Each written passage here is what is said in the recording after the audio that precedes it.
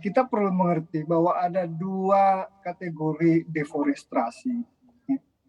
Yang pertama adalah penebangan liar, ya, yang secara liar tanpa seizin pihak yang berwajib. Tapi ada deforestasi yang kedua, yakni penebangan hutan di wilayah tertentu yang untuk dimanfaatkan sesuai peruntukan rancangan tata ruang, ya, yang tercantum di dalam undang-undang. Itu bisa untuk pertanian atau pertambangan atau peternakan, pemukiman, dan bisa juga untuk membangun jalan dan infrastruktur lainnya kan.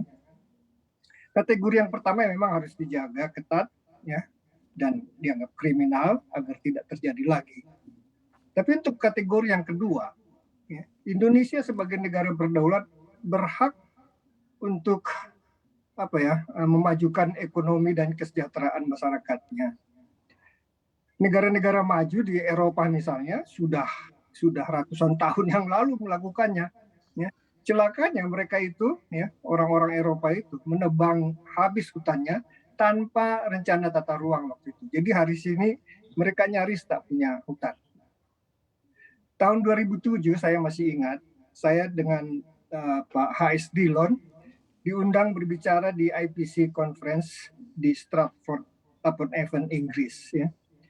Dalam sambutan pembukaannya itu Menteri Devra, ya, Menteri Lingkungan dan Agriculture Inggris, Lord Jeff Roker, dia mengatakan, mengapa sih Anda harus pergi ribuan mil ke seberangan lautan untuk memprotes deforestasi?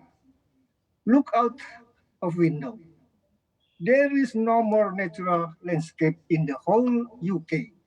Demikian juga di daratan Eropa. Dia bilang udah nggak ada hutan. Nggak usah jauh-jauh ribuan kilometer ke Indonesia untuk protes mengenai hutan. Kita sudah duluan melakukannya.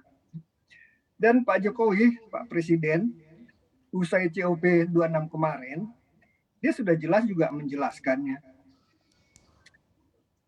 Pak Jokowi mengatakan Indonesia tidak bisa meniadakan deforestasi secara total. Sebagian wilayah hutan diperlukan untuk pembangunan ekonomi dan kesejahteraan masyarakat. Ya, dia menggambarkan bagaimana mau membangun jalan kalau tidak boleh membuka hutan. Ya. Jadi dan kita semua tahu ya, saya kira ya, ada banyak daerah terpencil yang masih perlu dihubungkan dengan melalui jalan. Kemudian mengenai kampanye hitam para NGO, apa perlu dijawab? Menurut saya nggak perlu. Mereka itu kan sebetulnya tahu semua, tahu apa yang sebenarnya.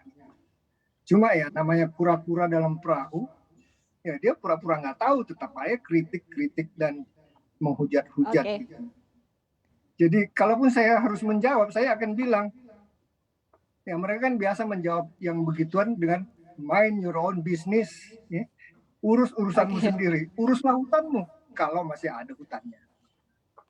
Saya kira begitu. Jangan lupa unduh aplikasi CNBC Indonesia di Google Play Store dan App Store untuk ikuti terus perkembangan terkini terkait berita ekonomi dan bisnis.